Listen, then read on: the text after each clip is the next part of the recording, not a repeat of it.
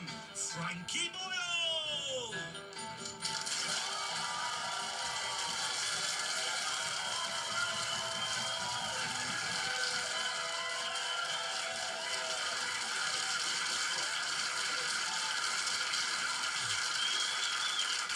Hello and welcome to New World Order. We've had quite an eventful week. Been a lot of speculation. There's going to be a snap general election in October, and Theresa May will hand over to Michael Gove, who will hand over to Ruth Davidson in a sort of endless game of musical bastards. I think that's exactly what this country deserves. This country deserves Michael Gove being elected as Prime Minister on Halloween. Michael Gove with his wee face like a foreskin being held up by two clothes pegs. I know we shouldn't attack people purely on the basis of their appearance, but for me, Michael Gove's appearance is bound up with who he is morally.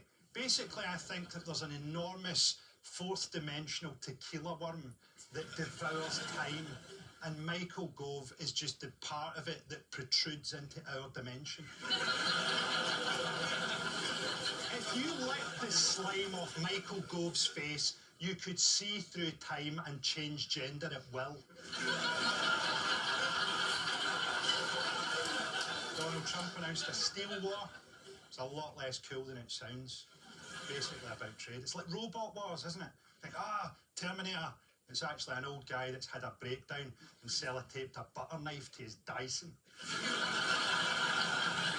Richard Branson, he's talking about blasting himself into space. Part of his lifelong mission to find a planet where everyone doesn't think he's a cunt. The government has said that they're going to remove the cap on visas for foreign doctors.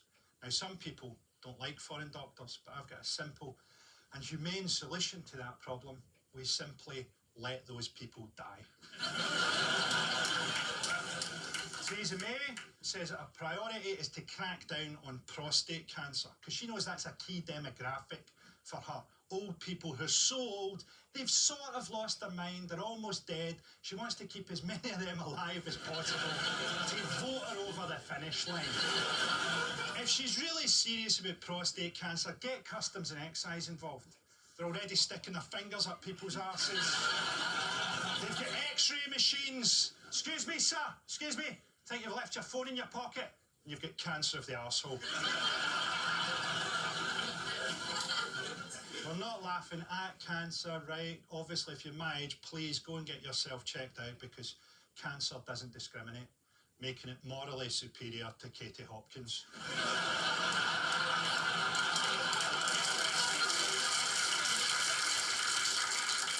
The Independent newspaper reported on a leaked report from the Labour Party about how they're going to change how they deal with anti-Semitism. I thought it sounded really good, sounded really positive. I think part of the problem for Labour is that anti-Semitism is a really simple scandal for people to be able to get their head around. I mean, almost what they need is an even simpler scandal. They're probably all sitting in a room right now going, look, we don't want to do this, but one of us is going to have to fuck a kid.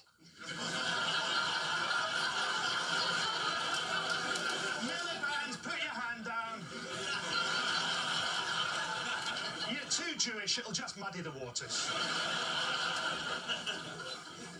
Okay, let's get on with the show. Joining me tonight to discuss the week's big topics are Sarah Pascoe and Miles Jump.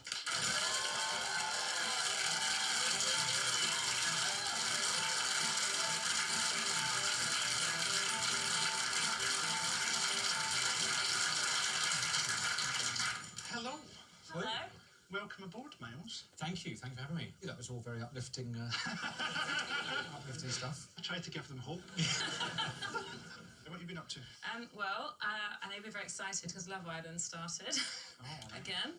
And so all these, like, I guess old dweebs were tweeting, like, oh, it's really bad because more people applied this year to be on Love Island than applied for Oxford and Cambridge universities. Whereas I just think that just shows that it's much easier to get great abs than it is to get good A-levels. Like, it gives me hope. I got rejected from Cambridge in 1999, but one day I might have a really muscular stomach. I'm sort of confused by the comparison, because I applied for university in 1998 and Love Island wasn't even one of the options. If it had been, I'd probably put it ahead of Durham or Bristol. I think we should all work on that for the next series. Have a big abs What, challenge. abs? Yeah. Just buff as fuck. Got 2 weeks to the last episode. Let's just do that. Just plank for 4 or 5 hours a day. I'm going to go on like on a proper hunger strike and just... You had to make it miserable. You had to make yourself so sad. So I watched Love Island for the first ever time. What did you think? I thought it's not a fucking island. I thought it was an island. Like, I knew it wasn't love, but I thought it was a real island.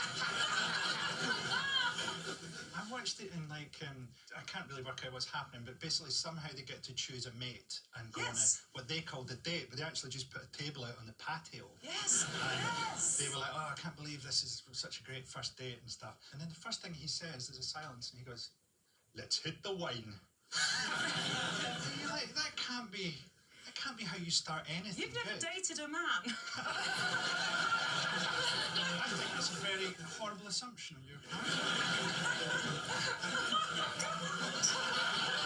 I'd love to see a gay guy try and deal with your fashion sense. I really do need them to deal with it soon. Okay, first up tonight. Humanity doesn't deserve the mercy of an apocalypse. These days, Britain's foreign policy seems to be to follow the United States wherever it goes, even into the numb embrace of the abyss. At least you knew where you were with the British Empire. They'd come in, kill a third of the population, and force the rest to play cricket. Now our elites seem to foster a state of almost permanent war, and arms dealing is central. Of course, you can understand why Americans have come up with so many amazing ways to kill people.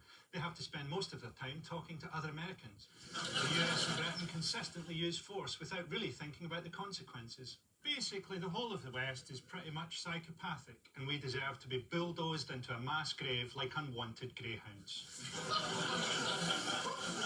Joining us to discuss humanity's fate, please welcome Doug Stanhope and Richard Osman.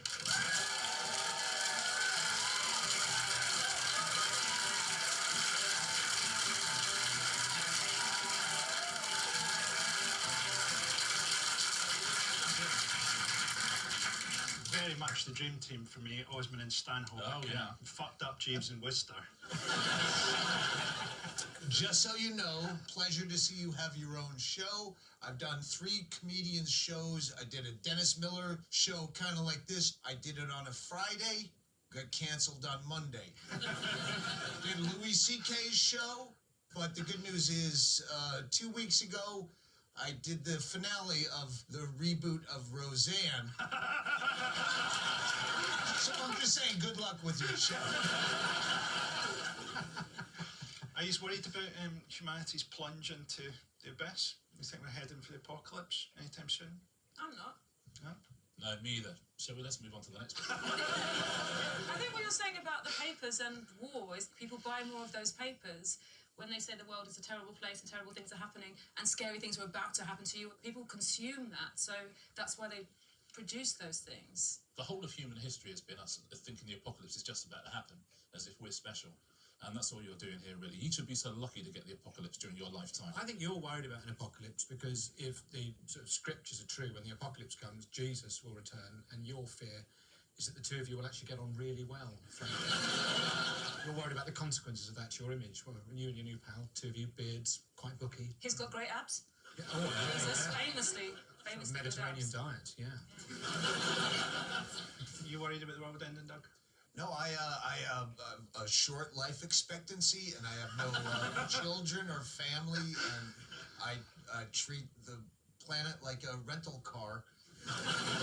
Leave it fucking beat up, it's not my problem. You have kids, fuck you and their future. I'm out. It's so nice, Frankie, you finally got a friend. Right. This week, Trump announced his meeting with Kim Jong-un is back on, so World War III might have to be postponed, which is bad news for the people of North Korea if you go purely by the enthusiasm for the apocalypse shown in this astonishing footage.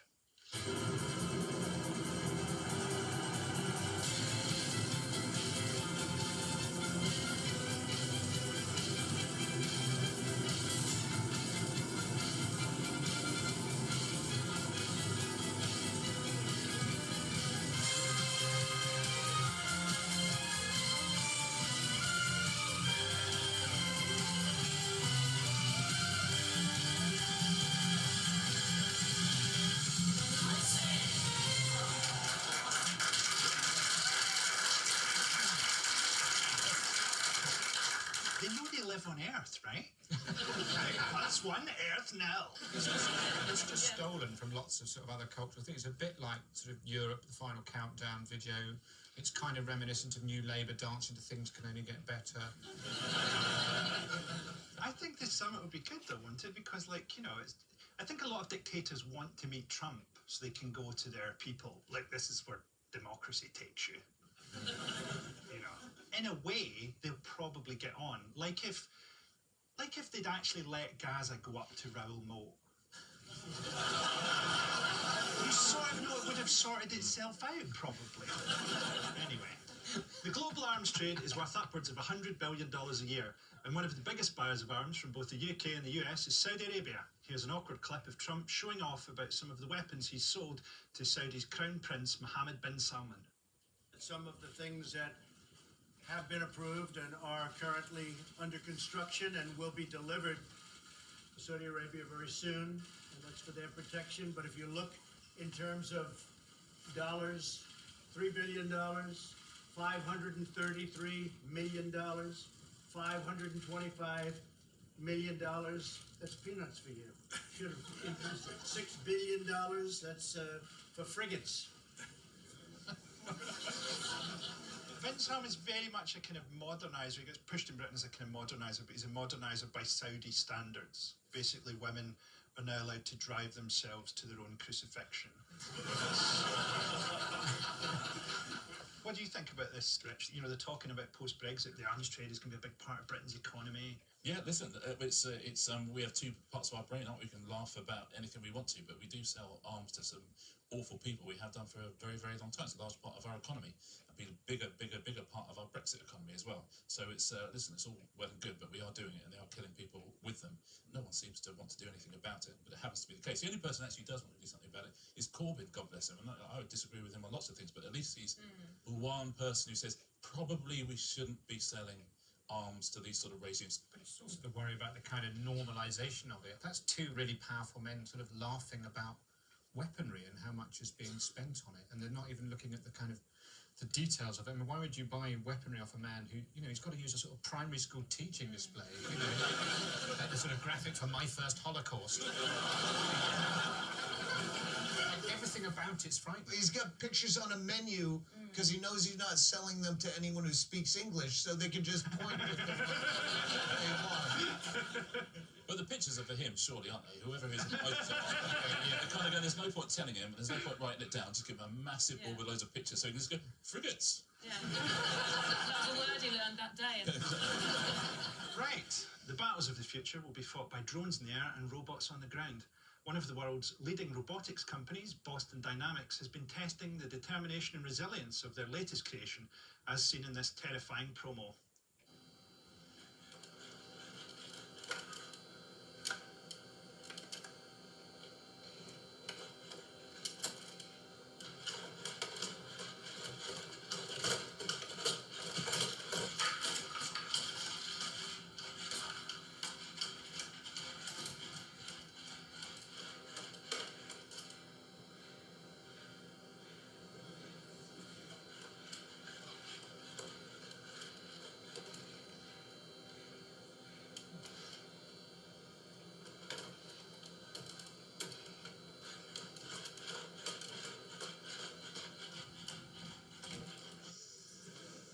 I'm pretty certain that's already developed the concept of vengeance. I think he'll wake up one night with that hand round his throat going, do you remember the time you tried to pull my ass off? That's how we're going out. It's going to be robots, you know? But they don't definitely work. I mean, it can barely, you know, my cat can open the door. That took 3 or 4 efforts. It had to be beaten with a hockey stick. So any technology, you have to beat it with a hockey stick to get the best out of it. It's not quite ready to go on the market. Also, in that dog's defence, they have to be programmed to dislike us. But we're not worth anything. They don't eat us. That's why we're safe. Also, lock the door.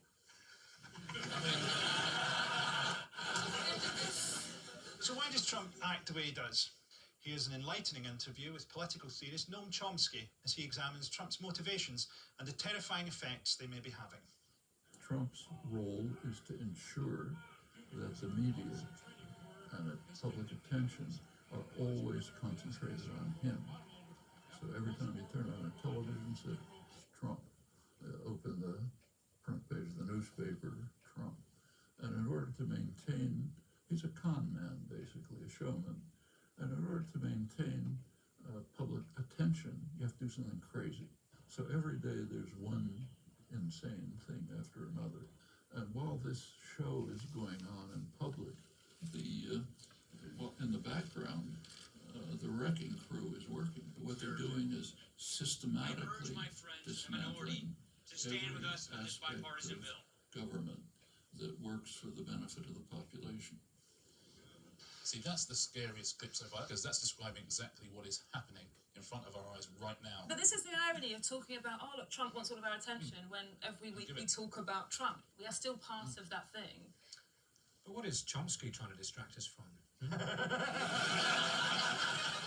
When I was a teacher, you know, I'd see potential because people would see a kid and go, oh, he's a troublemaker, he's a bad kid. And I'd think, well, if I get him a box of matches, we've all got a fortnight off. That's kind of what Trump is, you know, for them. He's this huge distraction. I think we're all slightly distracted by the thought of you as a teacher. Yeah.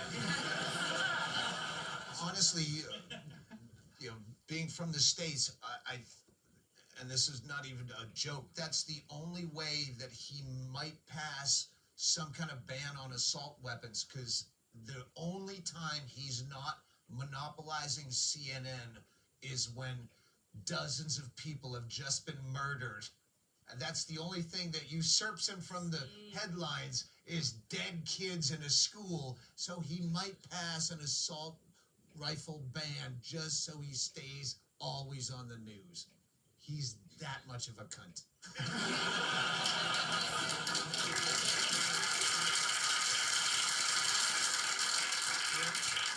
What?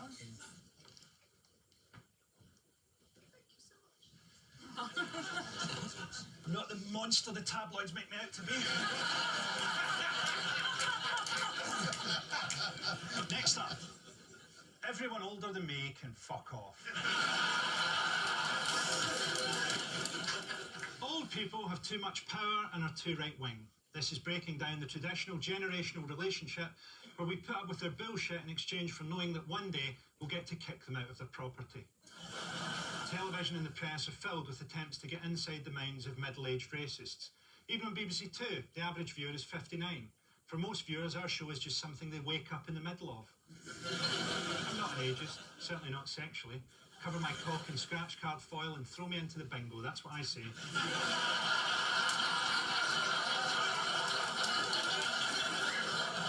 But old people like Theresa May. She speaks to them. Because just like them, she looks like she hates every second of being alive and like she hasn't come since the miners' strike. I don't get that many young people at shows anymore. The occasional self-harmer and welcome aboard. But I don't mind. I don't like culture that appeals to everybody. You know, that idea, oh, granddad can watch over the grandkids. And the job of culture is to make old people embrace death willingly. Hang in for another day, Dad. It's okay. I've seen Fast and the Furious 8. Get the fucking pillow.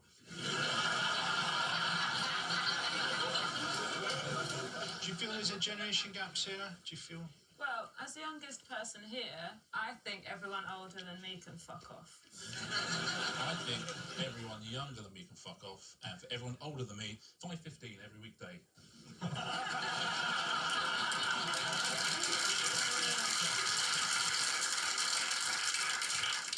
This idea then, Frankie, would leave you being the oldest person surviving, is that right?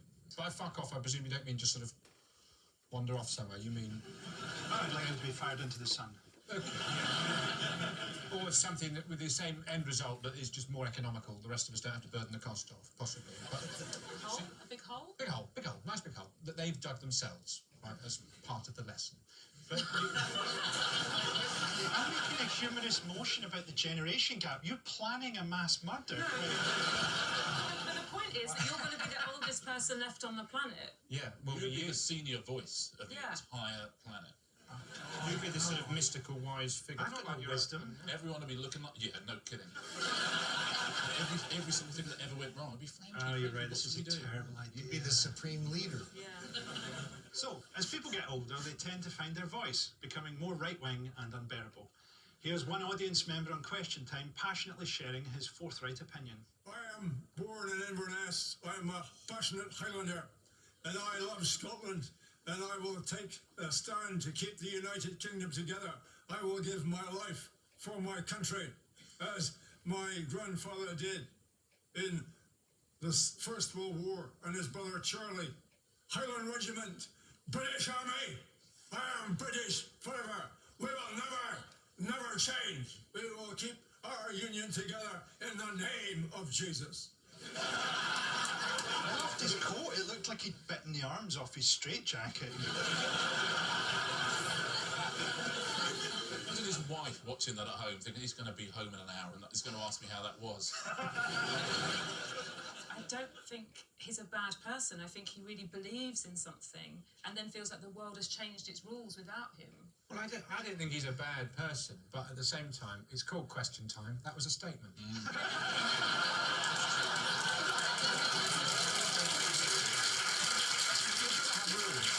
Have rules. So, British politics is dominated by an older generation who don't reflect the actual makeup of society. But perhaps things are beginning to change with the appointment of Sheffield's new Lord Mayor, as Richard Madeley found out on Good Morning Britain. How does it feel when you must have looked at the minute books of the photographs of your predecessors going back, and of course it used to be quite stuffy. Yeah. The Lord Mayors were quite stuffy. They were in the three-piece suits and the chain mail and all chain mail, the chain. Yeah. What do you call that thing around your neck? Chain. Chain. Thank you. It's great to meet you. How long did you stay in office for? How long have you got? So it's for a year. Just for a year. So it's for a year. So it's just got 12 months to really make as much of a difference. Making it count. Definitely. Good man. Thank you very much. Thank you very much. I don't know that was so much the gap between generations as the gap between Richard Madeley and humanity. I did a show with him once, right, and he was perfectly charming. Basically, the item started and they're talking about global warming, and they're talking to two climate scientists, and they're basically saying, look, Britain's going to disappear under the water. And Richard's trying to find some hope, and he's going, but look, they said that years ago when we built the Thames flood barrier, and the guy said quite firmly, Richard, it took 30 years to build the Thames flood barrier. I'm afraid a large part of England is going to go underwater. And Richard went, well, time for some laughter. Right, 1 in 3 of Britain's millennials will never own their own home. And sometimes the ideological gap between generations can boil over into actual contempt. Here's a bitter confrontation between old and young, quickly escalating on reality show The Island. Cameraman Phil takes pity on his new neighbours. Phil, are you putting wood in their tent? I'm putting some. That's not on. That's not on. They're strong young men sat there with their fingers up their arse. You're an old man. I'm an old man. That's wood rigging is for us, not for them. Have a day off. You can fuck off. I've not seen you once chopping wood. How many hours have you seen me chop wood? You don't do anything your fucking self. It's all fucking bollocks. Tosser. You're absolutely right.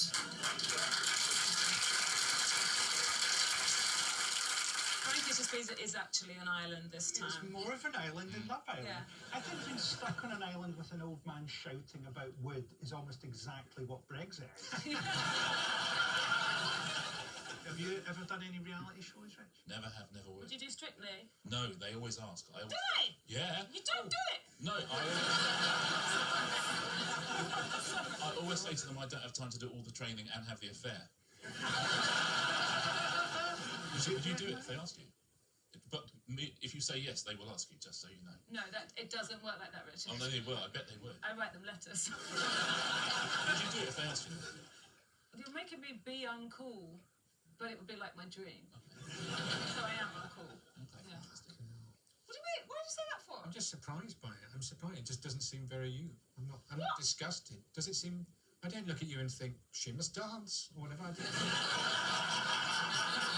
That's why she wastes time speaking instead of dancing. That's the whole journey. You start off like, oh, I'm a comedian, I hide behind humour, and then you get good. Then suddenly you've got moves. You're going out with an Italian who's 24. Yeah. So, do you worry about getting older? Do you find yourself getting more right-wing as you get older? No, I think I probably get a little bit more left wing. I think because you realise, without giving away any spoilers, we're all going to die. And you might as well be kind while you're on the planet, I would say. So I think you would get less selfish. You just attributed right wing to selfish without any segue. I know. Yeah. I'm from Great Britain. Because the thing is, everyone thinks that about themselves. Everyone thinks they're on the right team, thinking the right thing for everyone. People are right-wing because they think that's the most sensible way for humanity to organise itself, not because they don't care about people. And that's quite often where we really diverge. We assume they must be selfish just because they disagree with me. They think the left-wing are idiots who want to do I everything agree through entirely. emotion. Everyone disagrees with each other because their brains are wired differently. But, you know, kindness is the thing. That's what you realise as you get older, left or right. You just talked about left and right wing as though they're two different specific opinions. Well, like that bloke on the island, very short clip, but obviously votes Tory. There's a sort of binary to it. Do you think that left and right wing are sort of the same position then? Is that what you're saying? There's difference between left, right wing politics and politicians. So you assume, okay, I feed the poor, fuck the poor, but the actual politicians, but the actual politicians are doing none of that, and it's just, we're gonna just blow smoke this way, that way. It's all the fucking same shit. That's why I love Trump being in office, because he's actually a psychopath that will eviscerate the system on some level, because I'm 51. I'm older than all you pieces of shit. And I have watched the same shit happen. I remember from Carter on, everyone saying it's always the same. Democrat, Republican. There's no difference between left wing and right wing. And it's not just, well, you're greedy. Well, you know what? Sometimes, see, I'm going off on this knowing it's getting cut out. Well, most of the show's going to be Sarah appealing to be on Strictly Come Dancing. Or by an inexplicable clear of... Oh, Strictly Come Dancing. If you gave me the whole title, you just kept saying Strictly. I don't know what the fuck Strictly is. So, in conclusion, I turn 46 soon. It's an age where you realise the last time you gave your partner an orgasm was when they were looking out of the window and saw the neighbour reverse over your foot. And you realise that not only are you going to die, but that your planet and species will die with you. We're not the first civilization to have had this feeling, but we are the first civilization to be right. Of course, you do what you can for the planet. I've had 2 children, so I decided to carbon offset by buying a serial killer a camper van.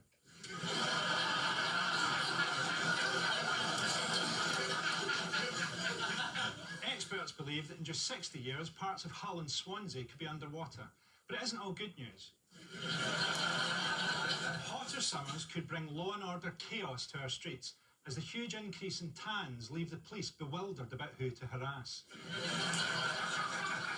In the middle of the Pacific, there is a plastic continent made from rubbish.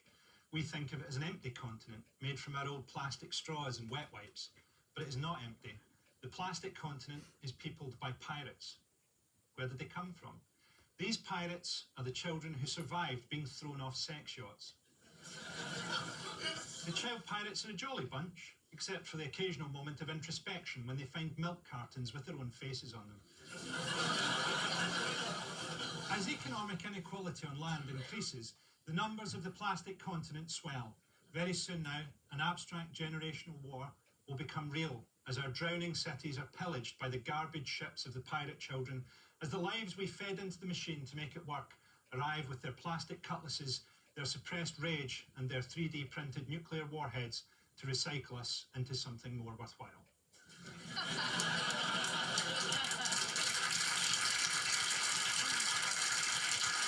Well, that's the end of the show. Thanks to my guests, Sarah Pascoe, Miles Jupp, Doug Stanhope and Richard Osman. Good night.